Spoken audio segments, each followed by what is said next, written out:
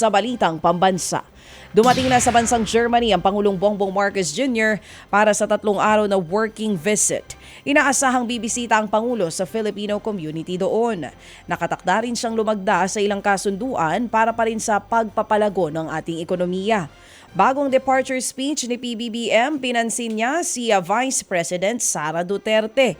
Nagkamayan din sina VP Sara at House Speaker Martin Romualdez. Pero hindi nakitang nagpansinan sina VP Sara at First Lady Liza Araneta Marcos kahit magkalapit lamang ang kanilang mga upuan. At sa gitna ng tensyon yan sa politika, si VP Sara pa rin ang itinalagang caretaker ng bansa habang nasa abroad ang Pangulong Marcos Jr. Pumirma naman ang kontrata ang COMELEC at South Korean firm na Miro Systems para sa bagong automated election system para sa 2025 midterm elections.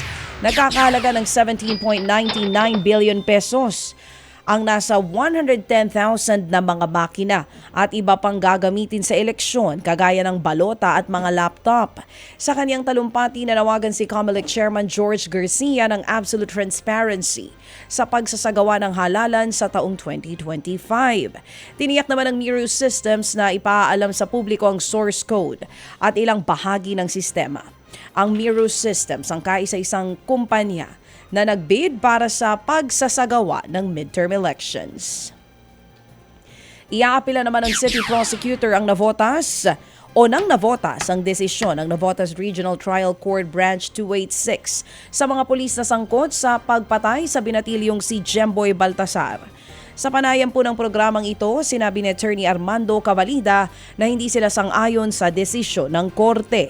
Hinatulang guilty sa homicide si Staff Sergeant Jerry Sabate Maliban, habang mahaharap lang sa 4 na buwang pagkakakulong sina Executive Master Sergeant Roberto Joso Balais Jr., Staff Sergeant Nico Pines Corolio Esquilion, Corporal Edmark Jake Sorbito Blanco at Patrolman Benedict Danao Mangada. Absuelto naman si Staff Sergeant Antonio Balsita ng PNP Intelligence Service. Agosto noong 2023, nang pagbabarili ng mga pulis si Jemboy na kalaunan ay kaso pala ng mistaken identity.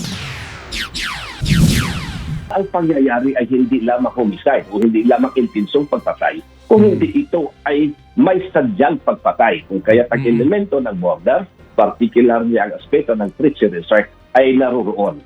Ted Filon at DJ Chacha ngayon nasa Radyo 5 92.3 News FM Monday to Friday 6 to 10 a.m.